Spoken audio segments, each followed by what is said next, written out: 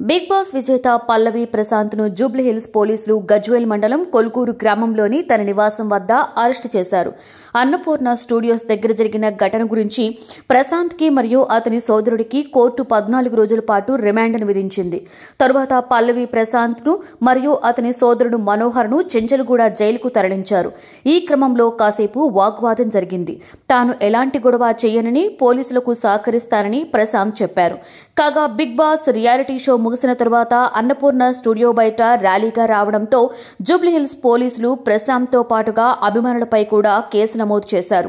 Studio బయట జరిగిన ఘర్షణలో contestants కార్లతో పాటుగా ఆర్టీసీ బస్ అద్దాలు కూడా ధ్వంసమైన సంగతి తెలిసిందే. ఈ గొడవలో ప్రశాంత్ తో సహా మరో 4గురిపై కూడా కేసు నమోదైంది. A1 గా పల్లవి ప్రశాంత్, A2 గా ప్రశాంత్ సోదరుడు మనోహర్, A3 గా అతని స్నేహితుడు వినయ్, A4 మరియు A5 గా డ్రైవర్లుగా పనిచేస్తున్న సాయి కిరణ్ మరియు రాజులను పోలీసులు అరెస్ట్ చేశారు.